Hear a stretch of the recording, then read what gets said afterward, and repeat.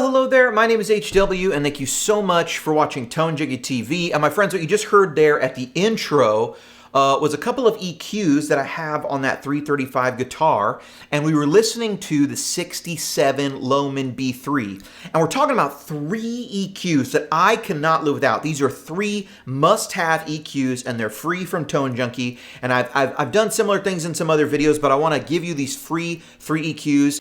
Okay, everything you're hearing in this video is the same profile, but we're just playing with a couple different guitars, and we're going to use a couple different EQs. And you can see how the EQs really match and fit well with different types of pickups because they're designed with different types of pickups in mind. But we're using the 67 Lohman B3 profile, and it's a beauty. Now, this is going to come with some different EQs, but if you go right here, you can download them the Tone Junkie Freed Pack.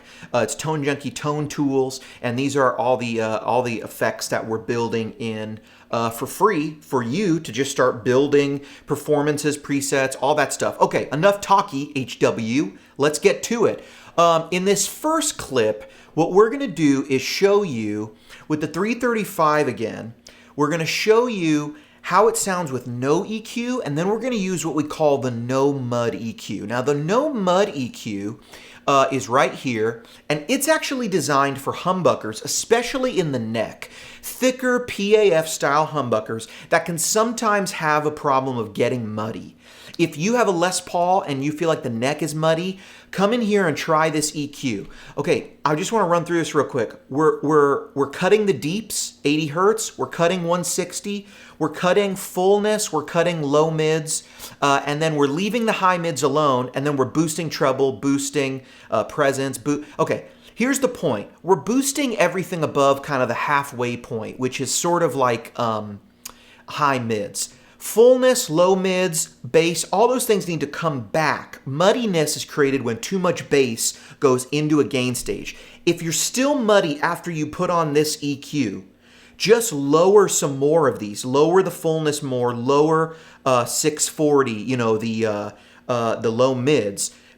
Take that stuff back a little bit and see if that doesn't get you the clear highs you need. Because for this guitar, like you're going to hear, this PAF style 335 neck tone, it goes from nice and thick and fat to just a little more cutting. Doesn't sound like a single coil, but it sounds just like a brighter version of that guitar. Something a little more just cutting, mix ready, just a little less mud. Check it out.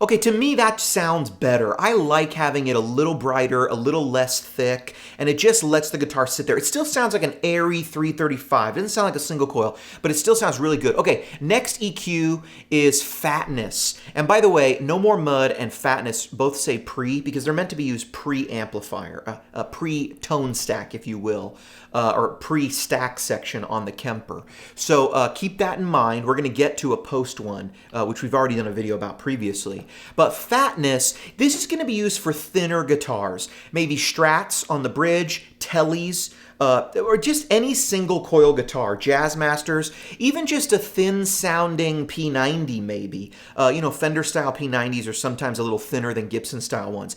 Any guitar that you need to make fatter, let's take a look at what we're doing down here. Fatness could really almost be thought of too as like a lead boost, although you are going to have some success if you use it for rhythm, because what we're doing is we want to add fatness, but we don't want to put too much bass into a gain stage, and this is going to be really nice to use in front of some gain.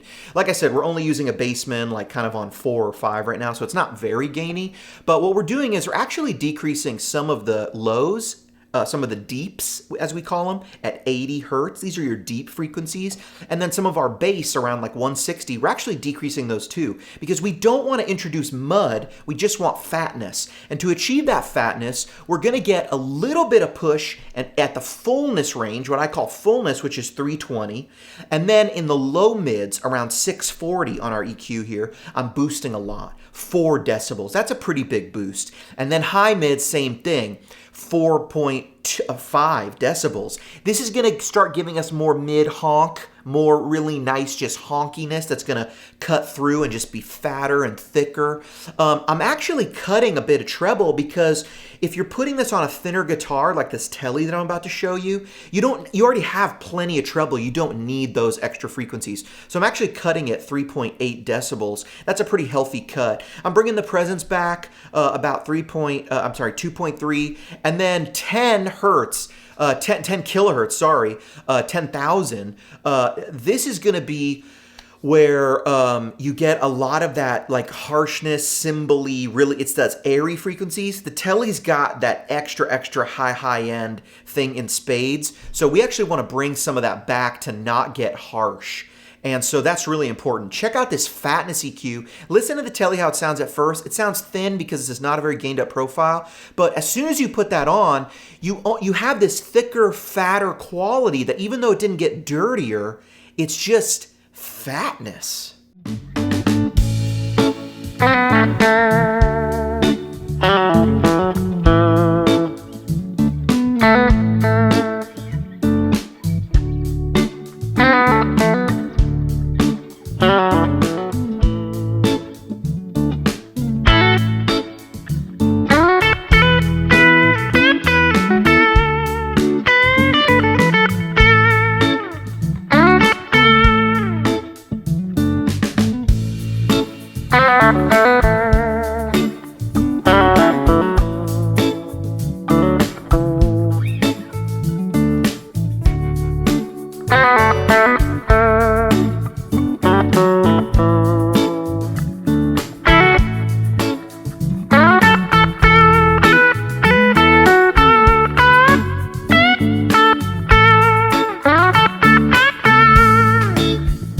I think the Tele sounded great before, but I think with the fatness EQ, it just sounded tremendous. Okay, now I want to show you both of those. I want to show you the 335 with the No More Mud EQ and the Tele with the fatness EQ already on, okay? So they're already on the guitars now. We've already established that we like those. You know, I like those EQs for those guitars and for this profile. But now what we want to do is with those EQs already on, we want to now add the hot knife EQ, which is a post EQ. And let's talk about that. I did another video on the hot knife EQ, but in case you didn't catch that, let's look at the hot knife EQ here. And whoops, we've added it. Let me add it there. Okay, now we're right here, hot knife EQ. And you can see here, I'm actually adding a little bit of lows around 200 hertz. I'm cutting everything below 50, so we're cutting a lot of the extra deep content we don't need. I got a little bit of push in the bass. 200 hertz is going to be a nice round bass, and it's just a little push, 1.3 decibels. That's not going to be so low that we're stepping all over the bass, but that's going to be usable bass frequencies for a guitar. And at both 1,000 and 1,500 hertz, we're pushing some mid-range up. Now, doing this after the stack has a much more polished sound, and it's not going to result in as much fatness as if we had done these pushes or these EQ adjustments pre-stack or pre-amplifier section. That's something to note. And then we are actually boosting 5,500, which is sort of the presence area of the guitar sound, about 2.2 decibels. And that's important because we want to have a touchy, feely air sound. We want to feel like the guitar's in the room. That's how we're going to cut through the mix. And the hot knife is meant to cut through the mix like a hot knife through butter. So check it out. First the Tele with the fatness EQ already on, and then we're going to add the hot knife, and then the 335 with the No More Mud EQ already on, and then we're going to add the hot knife.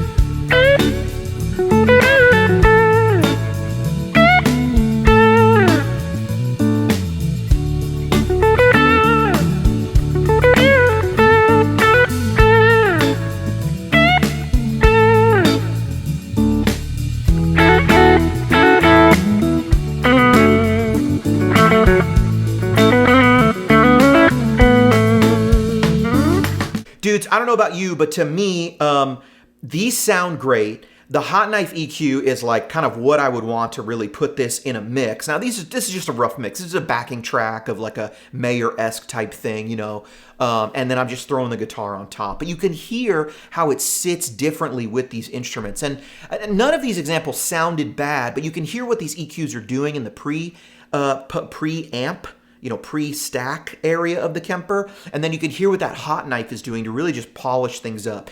These are free, 100% free in the Tone Junkie free pack. You can download them in the tips and tricks page of the Tone Junkie website. Also, enjoy these, use these, try them out, and make little adjustments because every guitar is going to be a little different. These are my sort of go-to settings here, and then I go in and I adjust some stuff. And once the mix starts playing, I find myself making even more adjustments that sound maybe too extreme when the track is off. But in the track, it just fits like a glove. It cuts through. So I encourage you to really get in here and just go even more, add even more treble, cut even more bass, put even more mids.